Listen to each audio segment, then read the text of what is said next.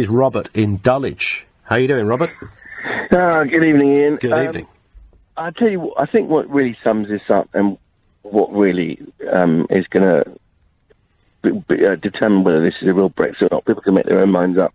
But the fact that she ran this past Merkel before she ran it before her own cabinet, and I think that sums it up. I think that's why people voted for Brexit. Actually, they didn't want to be beholden towards foreign powers. Look, I was a passionate Brexiter, and I'm resigned to the fact that we're not going to get a proper Brexit, and it's got nothing to do with compromise. Compromise sounds very mature and adult-like, but if you're not going to deliver an actual Brexit, if you're not going to really leave, if you're going to pretend to people that you're leaving, but then sign up to a different customer unit, etc., it's not really leaving. I'm fairly relaxed, though, because having spent 25 years in the city, and I've left now, but, I was pro-leave in 2000, and I saw when Greece joined in 2004, I couldn't believe it. I thought, well, that's going to be a disaster. And because of their own economic disposition at the time? Well, the Greeks were able to borrow at unreasonably low interest rates because they were used to the German credit rating, and then you saw what happened to that country. And we've seen what's happened to the peripheral states. We've seen what's happened to Southern Europe. We know that European economic policy just creates mass unemployment, and in the end, the whole thing will collapse. The EU is a problem. Do you know that the largest quantitative easing program, the largest money printing program in the history of mankind, bigger than the Weimar Republic in the 1930s, anything we've seen in South America, is the ECB's current program. It's still printing money every month. Still doing it. ECB. Yeah. And they're saying they're going to taper towards the end of the month. They can't, because if they do, then who's going to be buying those dodgy Italian and Spanish and government? What do you think, bonds? Robert? When you think of the EU, what do you think the point of it is? Look, what do you think they think the point of it is? Put it that way. Look, post-Second World War, we had the 1947 Bretton Woods Agreement, where all the leaders got together and they said, look, we can't have another one of these world wars. It's just not acceptable. And you had the establishment over the next 30 years of supranational organisations, and the EU is one of those, right? It's lost its way, though. It didn't focus on economics. It became a political entity.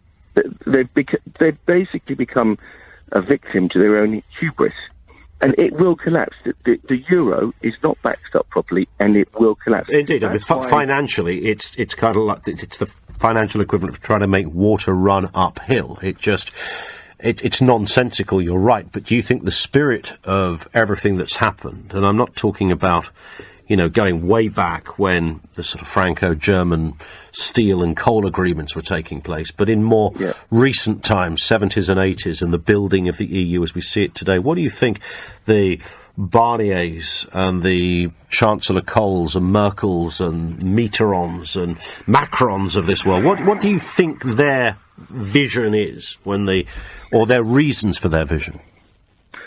I think that they've become too obsessed with Europe, actually. I think one of the reasons I voted for Brexit was economic. Believe it or not, it was economic. And I could see that the growth, most of the growth in the future is going to come from the rest of the world. It's not going to come out of Europe, because the common external tariff just kills trade, actually.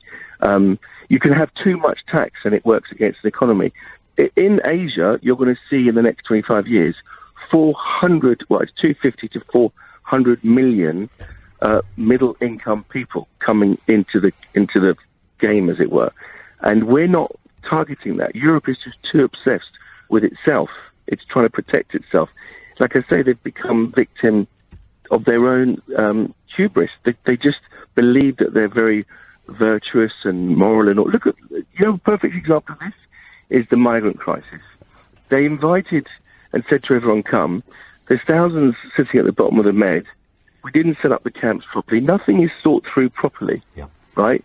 So the ECB is buying government bonds, and you know what backstops the ECB? Go on. The very same government bonds that it's buying. It's a merry-go-round that is insane, and it only ends in economic disaster. And we will...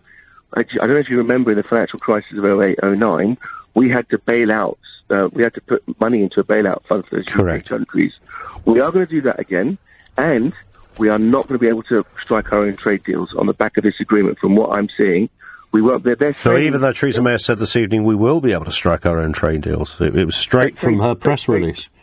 Spectator are running a piece and they're saying it's not going to happen. And you know what will happen? We'll sign up to it, and then we'll try and do a trade deal. And in a year and a half, EU will say, "Oh no, you can't do that." Yeah, you can't do that. Get to the back of the queue. Didn't a famous American warn us of that?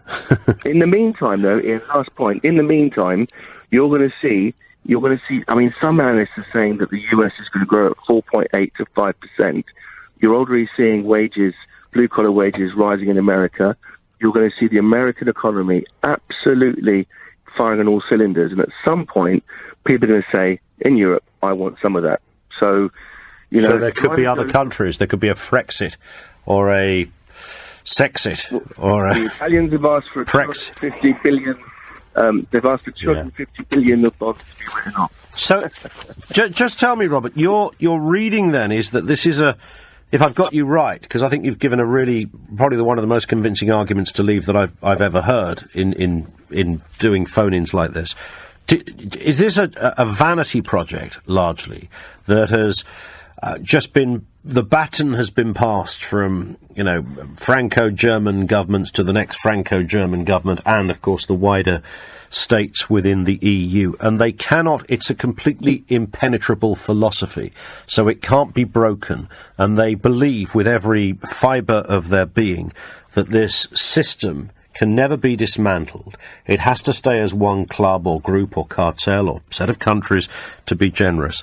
And nothing can ever compromise it. And they retain this almost Masonic-like code of conduct that can never, ever be tampered with, regardless of era or leader. And it gets worse, actually. Germany just simply cannot afford for the EU to go wrong, because there's a system, and I urge you and listeners to Google this, the Target 2 system of payments, which is the way euros are cleared between member states. Yeah. When it was originally set up, they thought, there'll be an ebb and flow of a natural business cycle. There's like an imaginary chalkboard where it owes X amount, but then the following year, through trade, there'll be a credit back. And that never happened. The Germans are owed over €500 billion from various companies. That's not including the bonds they've bought or the ECB has bought. And we know it's Germany who's ultimately backstopping the ECB. The whole thing, it worked for a while, right? Germany did very well out of cannibalizing the peripheral states. It lent them cheap money on the credit rating. They sold them train systems and cars and all the rest of it. But those countries now can't afford to buy. So where's your growth going to come from? Where is your growth going to come from? And, that's what Brexit, in a way, was people feeling this. I think that I know we take the mickey out of Jacob Rees-Mogg, but he does often say, by and large, the British people get it right when they vote.